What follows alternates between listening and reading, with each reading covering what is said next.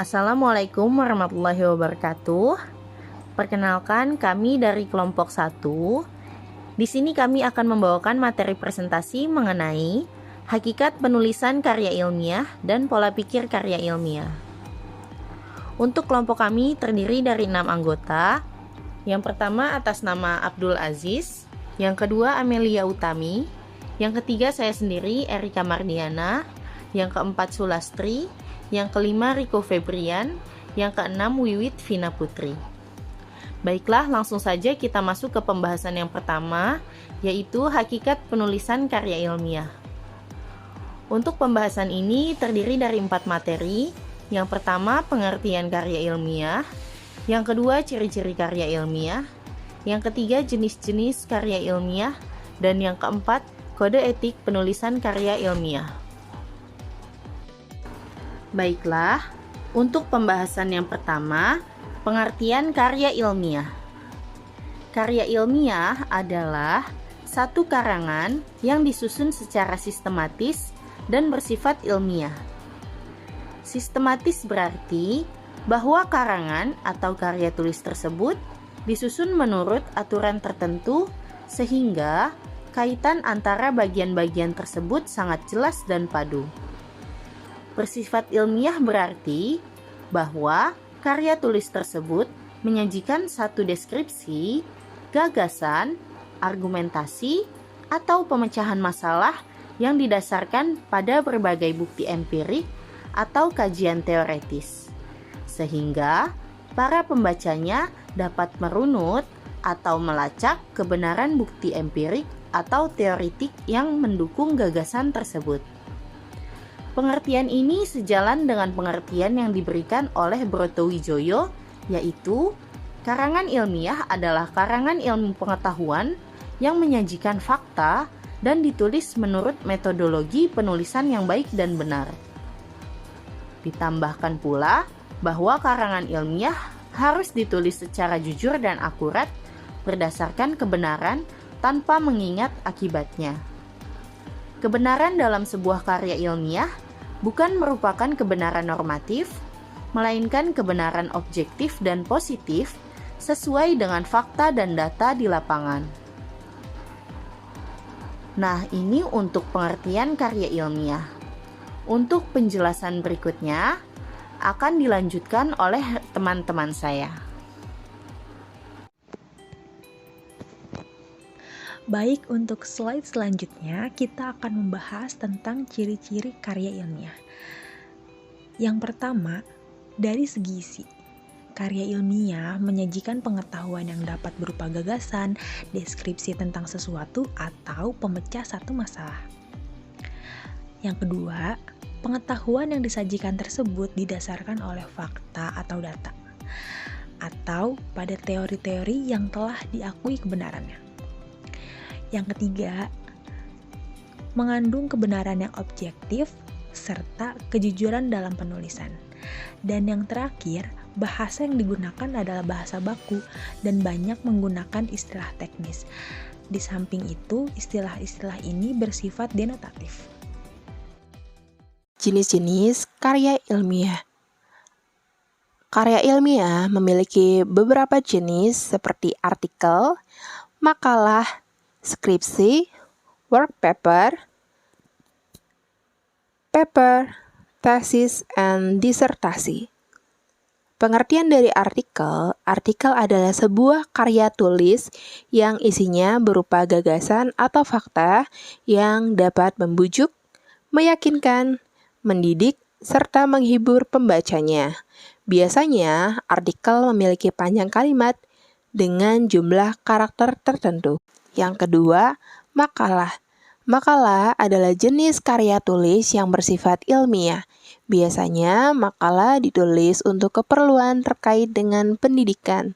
Yang ketiga, skripsi. Menurut Wikipedia, skripsi adalah istilah yang digunakan di Indonesia untuk mengilustrasikan suatu karya tulis ilmiah berupa paparan tulisan hasil penelitian mahasiswa Starta 1 atau S1 yang membahas fenomena atau permasalahan tertentu dengan menggunakan kaidah yang berlaku. Yang keempat, work paper, atau jika diterjemahkan dalam bahasa Indonesia adalah kertas kerja, merupakan jenis karya tulis ilmiah yang hampir mirip dengan makalah, tetapi analisisnya lebih mendalam. Yang kelima, paper. Paper adalah jenis karya tulis ilmiah yang ditulis berdasarkan data serta argumen yang tingkat kevalidannya kuat. Yang keenam ada tesis.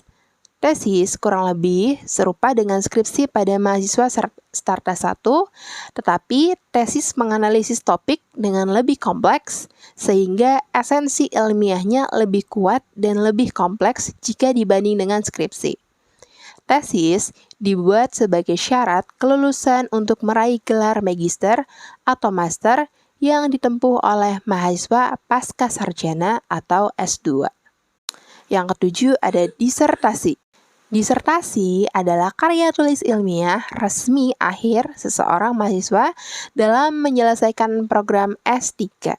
Disertasi merupakan bukti kemampuan mahasiswa dalam melakukan penelitian yang berhubungan dengan penemuan baru dalam program ilmu yang dipilih seseorang mahasiswa S3.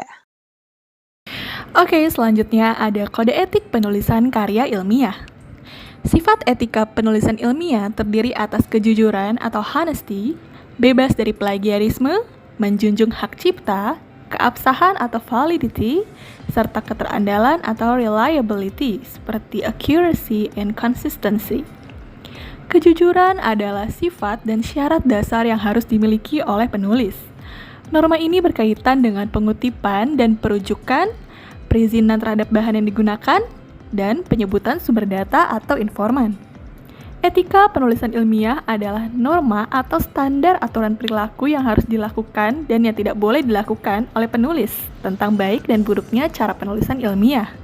Dalam hal ini, yang dinilai bukanlah benar dan salahnya suatu karya ilmiah, melainkan baik dan buruknya cara penulisan ilmiahnya, serta penulis yakin baik buruk baginya. Baik, selanjutnya adalah pola pikir karya ilmiah yang terdiri dari 3 poin. Yang pertama adalah hakikat pola pikir karya ilmiah, lalu yang kedua ada jenis pola pikir ilmiah, dan yang ketiga struktur berpikir logis. Nah, sekarang kita masuk ke poin yang pertama dan yang kedua sekaligus nih, karena hakikat dan jenis pola pikir dalam karya ilmiah ini berhubungan langsung. Jadi pada hakikatnya, pola pikir atau cara berpikir dalam karya ilmiah ini dipilah atau dibagi menjadi 2. Ada pola pikir deduktif, ada pola pikir induktif. Nah, pola pikir atau cara berpikir deduktif ini lebih mengutamakan pernyataan umum, seperti kesimpulan yang lengkap dan konsisten tentunya, lalu diperdalam dengan analisis objek yang aktual dan realistis. Nah, sedangkan cara berpikir induktif bisa dibilang lebih mengacu terhadap data yang diperoleh melalui kesimpulan umum dan data yang berupa fakta. Kurang lebihnya begitu. Baik, kali ini saya akan menjelaskan struktur berpikir logis. Dalam buku Epistemologi dan Logika Pendidikan yang ditulis oleh Arif Rahman dan kawan-kawan, berpikir logis mempunyai 3 komponen.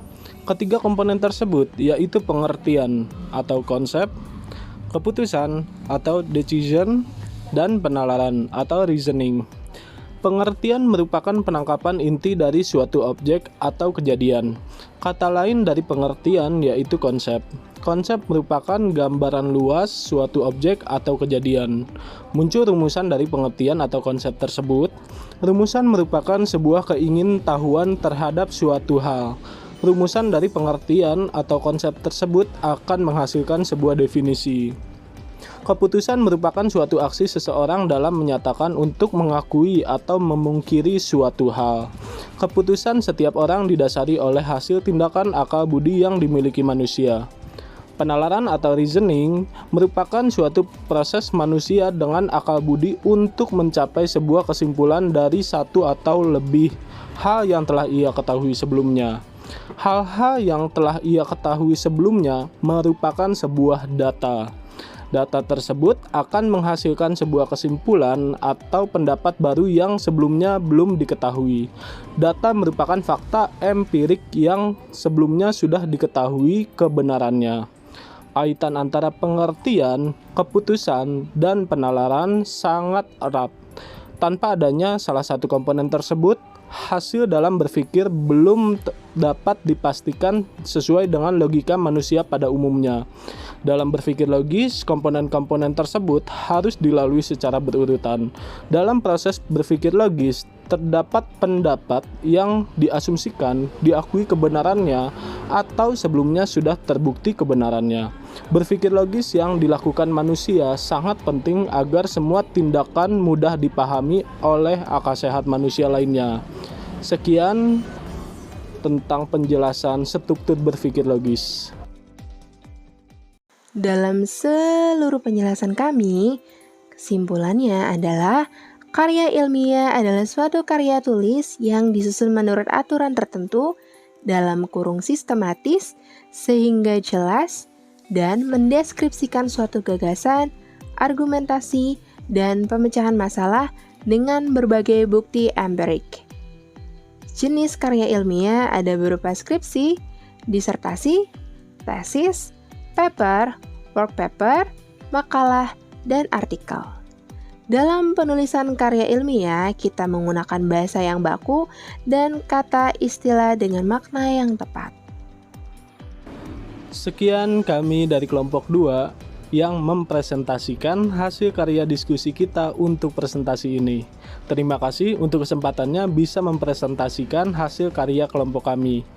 Terima kasih untuk Ibu Ana Widyastuti dan teman-teman kelas semuanya. Salam dari kami. Wassalamualaikum warahmatullahi wabarakatuh.